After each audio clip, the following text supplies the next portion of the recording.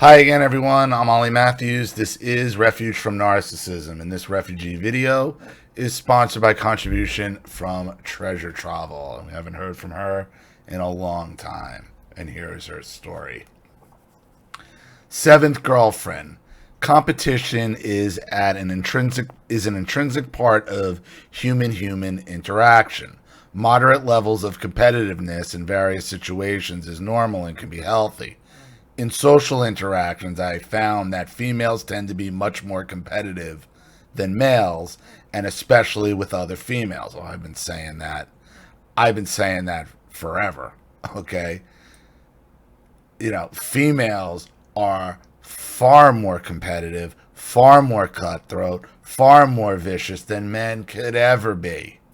Ever. And with each other, this whole war, like I've said this from the very beginning. Yeah, there is a war on women. It's a civil war. Because women, and as Chris Rock said, women hate women. Women hate women.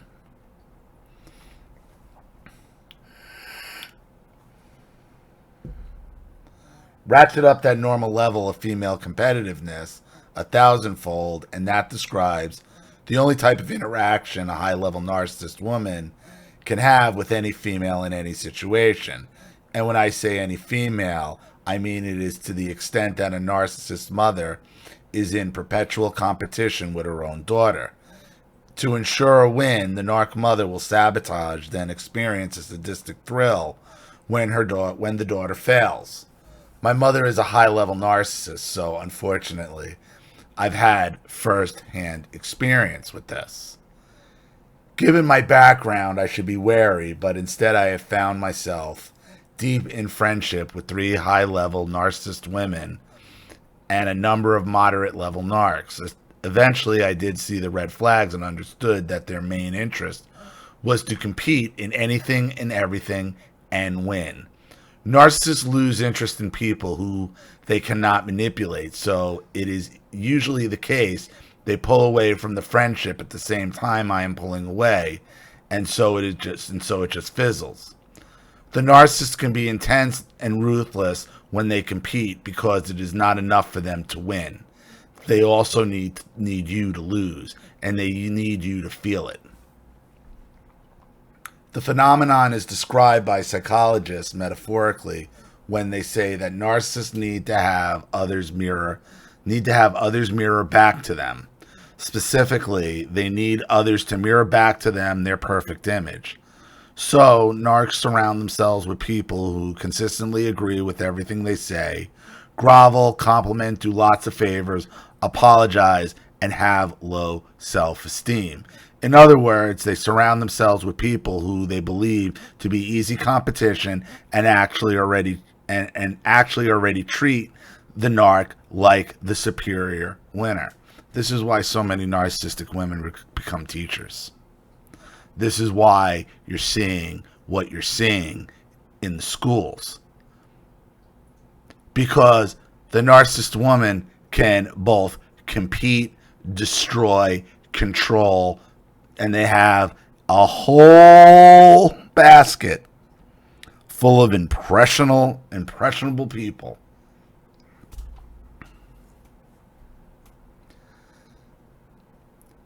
Mentally healthy people, on the other hand, derive healthy satisfaction and esteem internally when they do their best and do well. Sometimes that involves competition, but many times not. They don't require constant validation from others, and they don't need others to fail in order to feel good about themselves. I don't crave abuse and did not consciously seek out these types. However, it is the case that I have a high threshold for off behavior. The emotional abuse of childhood hardwired me to believe that I don't deserve respect. So I get blindsided and either miss or don't take the red flag seriously early in a relationship. Normal people, however, see red flags early in a relationship and instinctively don't take an acquaintanceship to the next level, which is friendship. And it's not even that they see a red flag. The narcissist isn't even going to go near that person. The person who is confident, and has self-esteem and is sure of himself, the narcissist isn't even gonna see them. They don't even see them. It's like they don't even exist. It's not like other people are seeing red flags. They're not. They're never actually confronted with these people. That's why it's hard to get somebody who's never been through narcissistic abuse, has no background in it, no basis in it, no experience in it, to understand why we are the way we are, why we go no contact, why we could say, like, cut your family out, never talk to them again. They don't get it. They don't have that basis. Why? Because they've never had to see a red flag. Because the narcissist knows not to go near them.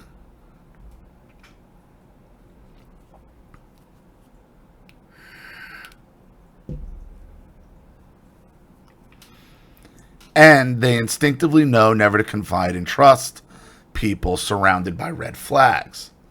But there's a second phenomenon at play that is the bigger reason that I ended up in these relationships. It results directly from the pathological envy, pathological competitiveness of narcissistic women, and is very basic.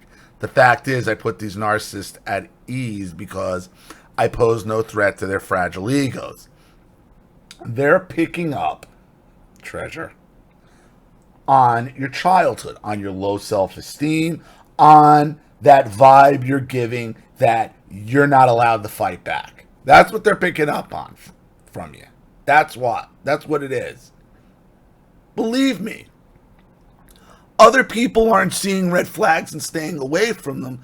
The narcissist isn't going near them in the first place because they're not giving off that I just got to sit here and take it vibe.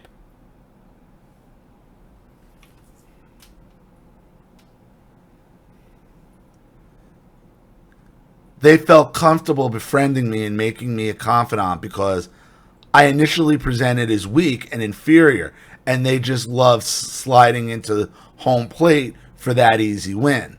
They could confide in me without feeling vulnerable.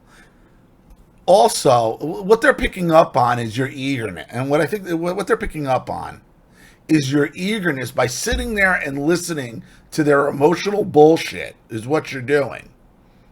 Okay?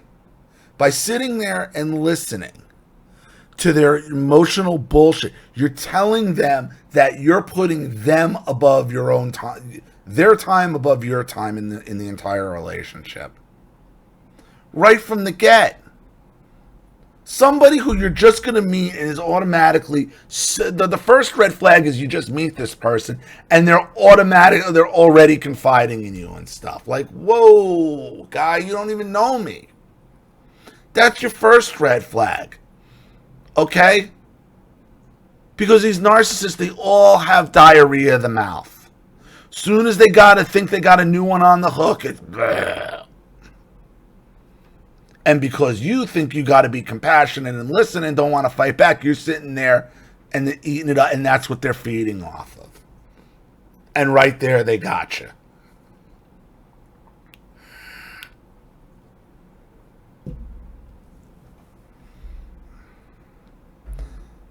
They could confide in me without feeling vulnerable. Interestingly, collecting narcs became more common for me after age 35 because it gets worse. Because women get worse as they age, treasure. Okay? I know you think like I do politically, right? Who is a Karen? Who are the majority of the Karens? Liberal white women, okay, in their 40s, 50s, 60s, 70s. You rarely see a Karen in her 30s, in her 20s, in their teen. Well, a teen, you'll see them, but they're dumb kids. They don't know any better. When you see them in their 20s and 30s, they usually look a certain way. There's a reason why they're acting like that. Who you're talking about more after the age of 35 is women who are now pissed off at what they lost, at what they don't have, on what they never had, at getting older. Those are who the Karens are.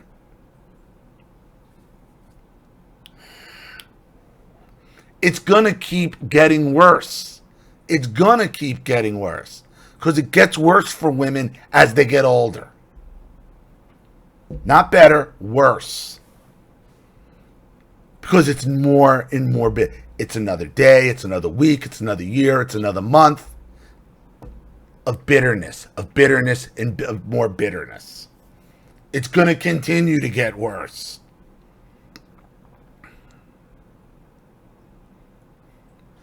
I explained this phenomenon below and have named it the seventh girlfriend phenomenon. I got breast cancer at age 35. My current acquaintances and friends at the time of my diagnosis revealed their true colors by falling into three categories. 1/3 stuck with me, and a few of them were compassionate and helpful. 1/3 recoiled. The last third flipped the switch and suddenly wanted to become close friends. That last because they want to make your disease about them. Okay? They want to make your disease about them. That's what that last one's about. So if you're not feeling, they're the type that'll go and have a histrionic breakdown at a family event, at work, or wherever because you got cancer. Because you got cancer, and they're just using your disease for their own pity and their own attention. Seen that happen so many goddamn times.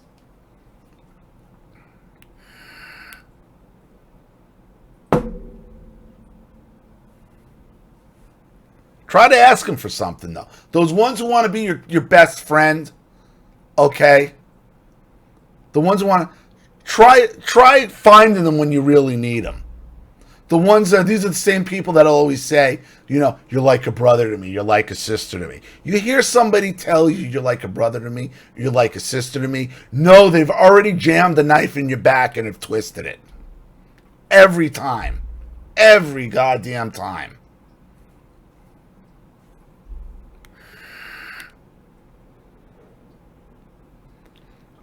Okay.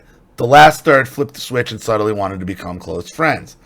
That did not include supporting me emotionally or physically, but they opened up and confided in me, which I know for a fact they did not do with other women. So they're opening up and confiding in you with their problems while you're sick with cancer. As I said, the third group is making it about them. Is making it about them. These new besties rush to get breasted. Yep, rush to get breasted. They're like, now I gotta worry. Now, my friend Treasure Travel has breast cancer. I'm sorry. Did you say? You just said cancer. Has cancer. Oh, now I gotta. This is what they do on your name, on your sickness. These new besties rushed to get breast exams and then called me excitedly to tell me how their breasts were clear. I was happy for them. They specifically wanted me as the sounding board for their self-soothing soliloquies of their amazing health and that of their family tree. Well, that's what they're doing to you. See, that's your end of it, treasure. What you don't know is what they're doing to everyone else in their life. They are using your cancer for their benefit, for their histrionics, for their borderline personality, for their breakdowns, for them freaking out at work, for them freaking out on other friends. Oh, my friend Treasure, she's got cancer. And oh, no, I went and I'm clear, but this is what she's doing. And at the same time, she'll turn around and shove it in your face that my breasts are clear. That's how that works.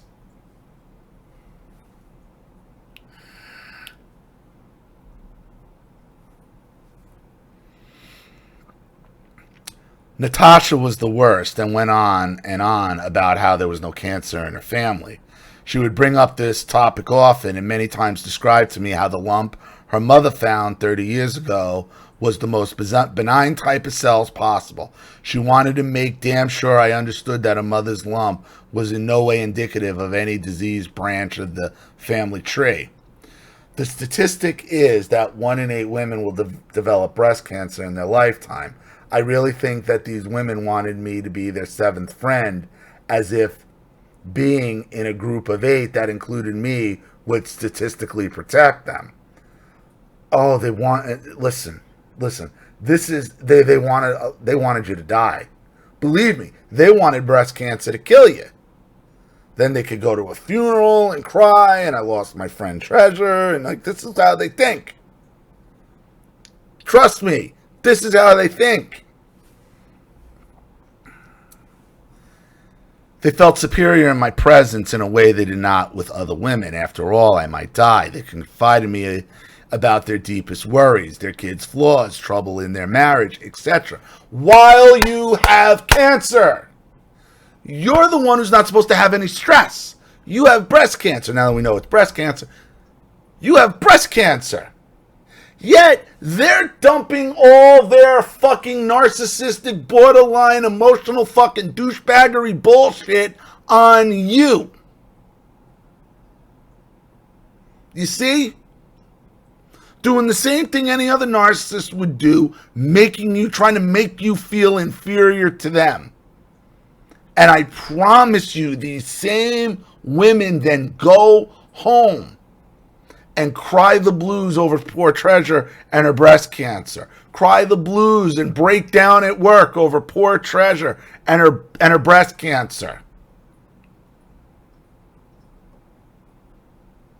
It's fucking Christmas for them every day that this is going on.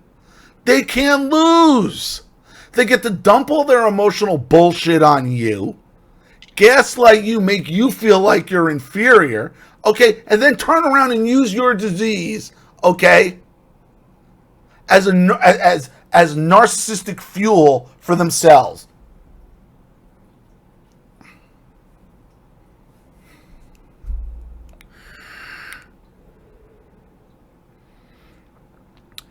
Even narcissists have an emotional need to confide their fears to friends to get advice and sympathy. However, narcissists are very guarded because they want to protect their perfect image.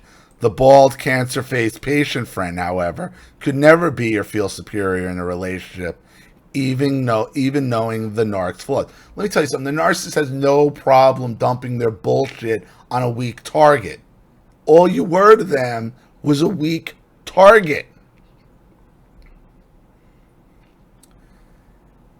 Even the breast cancer support groups, like, look, a lot of them serve their purpose, okay, but as I have seen, and now I'm even more convinced than I ever, support groups over the long term, and a lot of them are just cults. They just become cults. Riddled with narcissism, riddled with sociopaths, riddled with people seeking attention. And that's tough to say when you're dealing with cancer. But I promise you, they're all over your cancer group. All over your cancer group. Even the breast cancer support group at the hospital was heavily infiltrated by these 7th girlfriend seekers. The 3 in my group never missed a session. They were the cookie bakers, the most histrionic, describing the trauma of what they experienced. Told you. I knew it. And they could go and they could tell everybody. Now they could go and virtue signal to everyone else what wonderful people they are. Oh, I go to every one of my friend Treasure's cancer meetings. Okay, her support group, I'm baking stuff. Look how fucking wonderful I am. It's no different.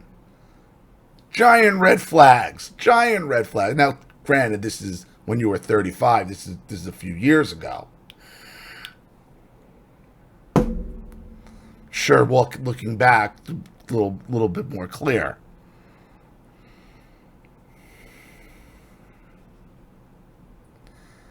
And they leaned forward and listened intently with deeply furrowed brows when us real patients had the conch and described our chemo symptoms and dark fears.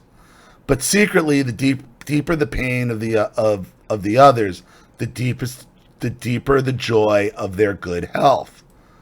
It's not so much the good health. It's all the ammunition that they're going. Now they're getting everybody's stories. So now they're going to be able to go home and go to work and virtue signal with all these people's cancer stories and how they made them feel better and how I'm there for them. It's bullshit. It's deeper than you think.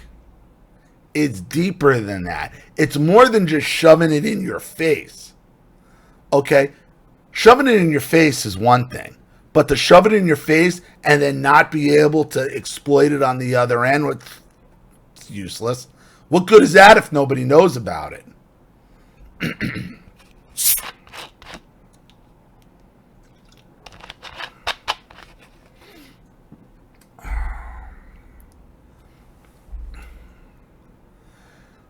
The fakes had precancer, which was caught early, 100% cured by lumpectomy, and did not require chemo. They sought to quench their fears by joining a group that included women who were actually dying. This was the best place for these cured gals to feel statistically protected. They no doubt also got supply from having the best hair. You ever see Fight Club? If you ever remember the beginning of Fight Club when Edward Norton was going to go to a different support group meeting every day. And he'd make up diseases that he had. Why? Just for the pity, just for the attention, just to feel. Same deal. Same deal. I met Melissa 7 years out from my cancer remission. I realized a few years into our friendship that she embraced me as a seventh friend because of her extreme anxiety over her own health. Melissa's obsessed with her health and her looks in general, and especially her weight. She talked incessantly about her hair and weight and never hesitated to tell me what I needed to do to improve my looks, especially my hair. I did not bother to explain to her that I was just grateful to have hair. She told me at least a half dozen times that she spends $400 to have her hair done every 6 weeks at an elite salon downtown. It was clear to me that she wanted to spend more than necessary, as it made her feel more special, and she needed me to feel her specialness too. She confided in me that she was 20 pounds overweight after her pregnancies. True to her need to spend on herself, she went to a posh fat camp in Palm Springs that was designed for extremely overweight women. She told me with a smile that she was, of course, the thinnest one there by an extreme margin, and that the other guests were shocked that she was there. Sounds like how Virginia used to talk. My grandmother, my mother's mother. Everybody was shocked. Shocked how good I looked. Shocked. Several of them asked her incredulously, "What are you doing here?" She admitted to me that she loved that dynamic, and that's what motivated her to reach her goal weight. She also revealed to me that in college, a group of girls in her dorm would frequently get together for a cookie break to Mrs. Fields' cookies. These chubby girls went as a group to alleviate the shame of their indulgence. Sometimes they would invite Melissa, who was the thinnest of the bunch. She told me that even though she secretly had no intention of indulging, she went anyway as she had an ulterior motive. She would make sure to be the last one to step up to the counter after everyone else had ordered. She would, of course, decide that she was not hungry after all. She said that she could tell this bothered the others, and that made her feel great. Basically, she had orchestrated her win without these ladies even suspecting that there was a competition. I could tell that she got a sadistic thrill in her ability to highlight her own superior will and her own superior willpower and thinness by amping up the self-consciousness and guilt of those surrounding her. I will say this, you're right about her motives, but don't discount the motives of the fat girls either. The fat girls brought her hoping she'd eat and get fat too. They're no good people in that story. Trust me, there are no good people in that story. Because she had confided in these secret motives and manipulations to me in her in her other relationships. I was actually not surprised when she tried it on me. Obviously, she had forgotten she had confided in me and exposed her MO. We had a favorite pizza place we would go to every so often. We would each get a salad and a small pizza to split. Frequently, we shared half a carafe of wine. However, at a certain point in our relationship, Melissa turned our dining into a Mrs. Field-esque competition. She would announce she was not having any wine, but you go ahead. Then she would say she was not hungry for pizza and just wanted to have a salad. But you go ahead. When the server placed dessert menus on the table, she would say, I'm full, but you go ahead. It's hard for me to explain, so this probably sounds petty and paranoid. But her encouraging me to eat and then making a really big deal about how little she was eating was weird and clearly meant to be manipulative, and it was not just one occasion, but rather became her new pattern. It was, you know why? Because she felt threatened by you. At some point, she started feeling threatened by you. That's why she's doing that. Because she sees you as competition. If she wasn't threatened by you, she wouldn't see you as competition. It was so strangely over the top and eerily similar to her weight competition with the other woman that it was obvious. So I did not fall for it and only ever ordered the salad too. Recognizing that she viewed me as a pawn in her weight loss obsession opened my eyes to many other red flags in our relationship. The result was I no longer trusted her. Once I lose trust, that is the end of the close relationship for me. I remain cordial and polite, and I can enjoy a light phone conversation, but I stop confiding and I stop making efforts to connect. I'm not trying to suggest that any of these little things Melissa did and thought were super evil. I'm just pointing out as red flags, and they do reveal how Melissa actually views her friends. It's actually how most women deal with each other. Women can't stop competing with each other. They can't stop.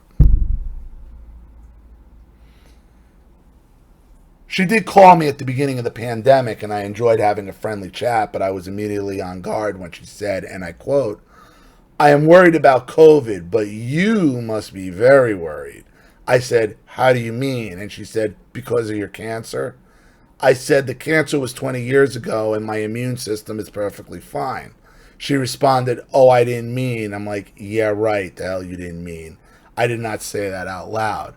She's a hypochondriac, and I noticed a long time ago she tried to project her health anxiety onto me frequently. For example, she once aggressively persisted in suggesting that I should go to a neurologist and be tested for MS because I tripped on the stairs. She even used that same line, oh, I didn't mean, when I remained firm on the detail that I tripped because of the rug, and she realized that she was failing and trying to make me anxious for her own amusement. After that conversation, I stopped telling her anything about my health or anything private and made a point to only share positive details about myself and family. Although it has taken me many decades, I think I'm finally pretty good at recognizing narcissists, and I am now very cautious when entering into a friendship. I don't rush it. I don't confide before the new friend has earned my trust. I now understand that women who viciously gossip about other women behind their back are doing it to me, too, even though I am their friend. I no longer trust people who are super overly charming in a first interaction. I now have only a handful of girlfriends, but they are wonderful people. Life is short, and it is better only to spend time with wonderful people. You can't make this shit up. Treasure Travel. Very nice letter. Very nice. But I will say, what you're missing here on all of this is I guarantee you, all of these women, when you were sick, used your disease to get attention for themselves. The narcissist is never compassionate when you're sick. These women, you're sick with breast cancer, you're going through chemo and whatever else you're going through. Okay, and this is the time that they're going to dump all their emotional bullshit on you in your weakened state. They're predators. They can't stop competing. Even when you have a terminal disease. They can't stop competing, and they can't stop using you for attention and supply. Even when you have a terminal disease. Because they used your disease for their own narcissistic supply. I promise you. I promise you. How do you think these women, when they weren't around you, when they were with their families or other friends or at work, how do you think the conversations went about all this? These women who would go to all of your treatments and then act the way they act. You don't think they were out bragging, sucking up supply of what wonderful fucking people they are? This is what Meat did with my mother's sister, my Aunt Ginny, when she had cancer. Took her to every chemo, every radiation, went up, drove her everywhere, above and beyond. Not because he gave a shit about her, because it made him look good. What a wonderful guy Brian is. Oh, you're so wonderful. And my mother resented it. My mother knew it. My mother said if I was the one with cancer, you wouldn't do it. I guarantee you. I guarantee you. When my mother died, he didn't do half of what he did for Ginny. No way. No way. I read the obituary. It wasn't even punctuated. They could have given a fuck. 3 lines. They use your terminal illness for their own supply. Period. And they all do it. So, I hope that helps. Thank you so much, Treasure, for another contribution and story. I really appreciate it. Thank you to everybody watching. Please leave any opinions or advice in the comment section below. And again, if you want your story read on the channel, you have a topic you'd like me to cover, something you'd like me to expose, you'd like to set up a Skype, phone call, have a private video made, you'd like to sponsor a video like this for someone who needs help and can't afford it, or just make a contribution to the channel in general to keep it supported, growing, and successful, because this channel survives 100% on contributions from all of you. Without you guys, all this goes away. So if you like what you see here and you want to see more videos like this, you know what to do with the Zelle, PayPal, and email links in the description box. Also, please like and share this video wherever you can. Subscribe to my channel if you haven't. And be sure to click the subscription bell to be notified of all my video uploads. I'm Ollie Matthews. This has been Refuge from Narcissism. Take care.